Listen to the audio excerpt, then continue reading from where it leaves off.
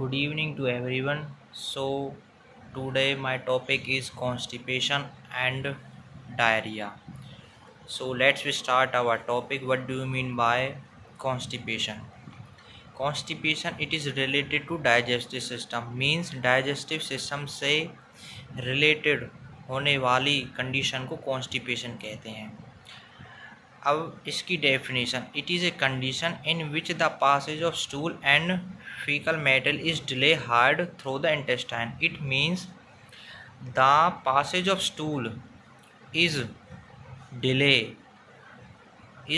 through the intestine. This reason the stool and fecus become too hard and dry, which are difficulty to the pass out from the body. And the reason of constipation it means causing factor of the constipation by the decrease and slow bowel movement and increase absorption of water. It means ये इसका कहने का मतलब ये है कि जो हमारी बाउल मूवमेंट की जो मूवमेंट होती है वो हमारी डिक्रीज़ हो जाती है और जो हमारा वाटर का जो एब्जॉर्प्शन होता है वो इंक्रीज़ हो जाता है, जिसके कारण जो हमारा स्टूल होता है वो ड्राई हो जाता है. अच्छा जी, अब when bowel movement is slow, this reason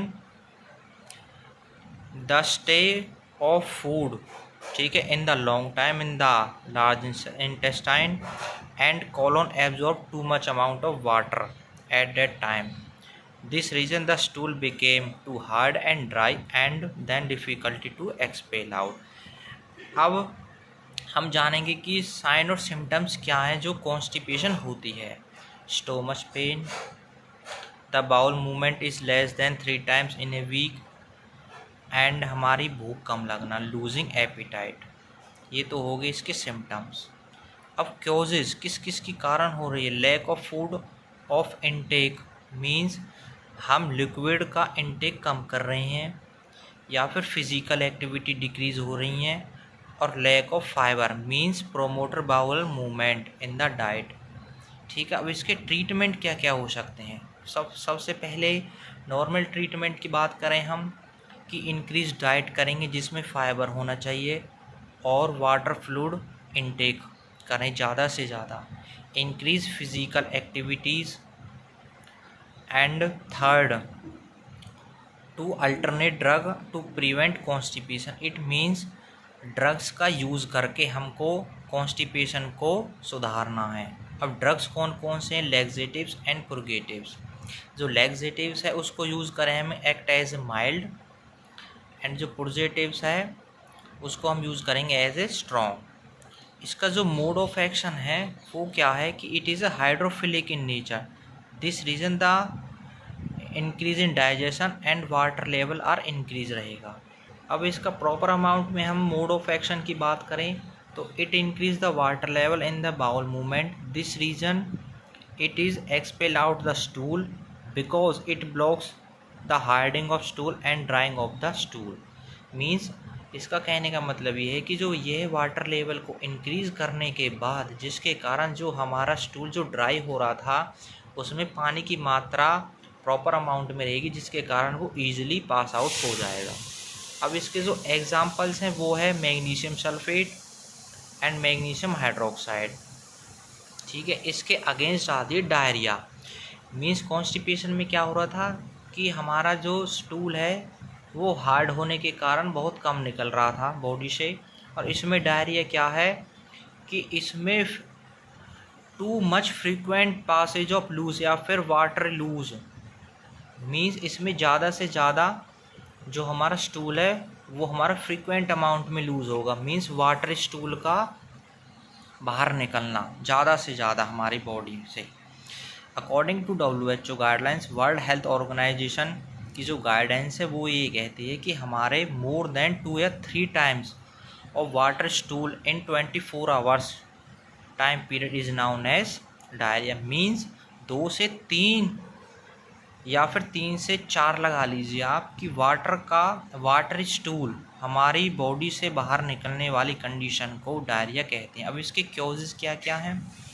decrease electrolyte and water absorption, increase secretion of intestinal mucosa, increase increase luminal osmotic inflammation of mucosa. अब इसकी ट्रीटमेंट क्या है? एक तो oral dehydration therapy means ORS। Doctor आपने देखा होगा कि नॉर्मल जो हमारे डायरिया होती है तो उसमें डॉक्टर सबसे पहले जो साल्ट की जो कमी हो जाती है उसको हम दूर करने के लिए ORS देते हैं। जैसे कि उसका एग्जाम्पल है sodium chloride, potassium chloride and glucose and water. इसका जो मोड ऑफ एक्शन है वो क्या है कि हमारे इलेक्ट्रोलाइट को बैलेंस करने में मदद करते हैं। अब ड्रग्स की बात करें तो first of all anti microbial drugs means जो डायरिया जो कंडीशन हो रही है वो किसी न किसी माइक्रोब्स के कारण भी हो सकती है, जिसमें हम मोस्टली जो यूज़ करेंगे सिप्रोफ्लॉक्सासिन एंड टेट्रासाइक्लिन। ठीक है, ये क्या काम करती है कि हमारे एंटीबायोटिक है, ये हमारे it inhibits the bacteria and other microbes which causes the diarrhoea. ठीक है, अब सेकंड टाइप का जो ड्रग है वो है प्रोबायोटिक्स। इसमें हम लैक्टोबैसिलस, स्ट्रेप्टोकोकस इसको हम यूज़ करेंगे। इसका जो मोड ऑफ एक्शन है वो क्या है कि it contain a flora bacteria which is helpful in the digestion. Means जो हमारे फ्लोरा नाम का जो बैक्टीरिया है ये इसको मेंटेन करके रखेगा, जो हमारी डाइजेशन में हेल्प करता है। ठीक है, अच्छा जी। थर्ड है anti motility drugs means opioids.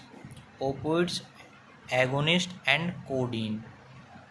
ठीक है, इसका जो मोड ऑफ एक्शन वो है decrease the activity of bowel movement. अब क्या है कि हमारी डायरिया वाली कंडीशन में जो इंक्रीज हो जाती है बाउल में मूवमेंट उसको हम डिक्रीज कर देंगे तो हमारे डायरिया ठीक हो सकता है।